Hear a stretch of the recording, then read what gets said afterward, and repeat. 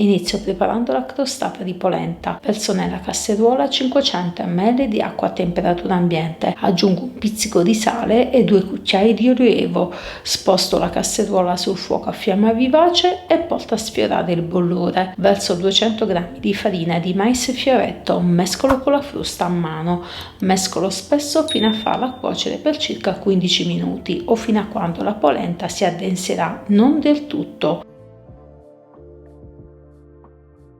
Quando sarà pronta, verso nello stampo furbo da 24 cm di diametro oliato con un giro di olio. Livello con la spatola, copro con la carta da forno e lascio riposare fino a quando sarà bella fredda.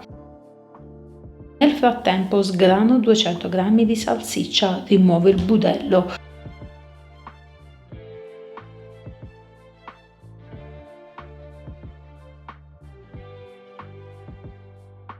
Lascio rosolare in una padella in un giro di olio.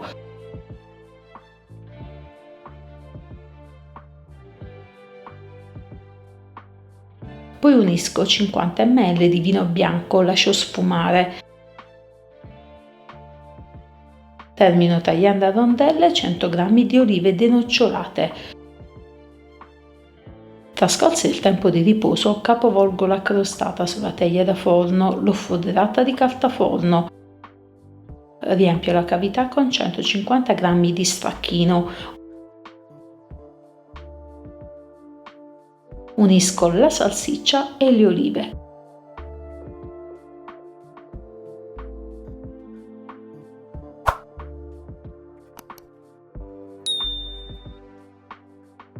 Cospargo la superficie con del formaggio grattugiato. Inforno la crostata di polenta in forno già caldo e statico. Lascio cuocere a 180 gradi per circa 20 minuti. Una super idea al volo per una cena speciale. La crostata di polenta farà felici grandi e piccini. Un piatto unico, una ricetta super golosa da gustare con gli ingredienti che più preferite.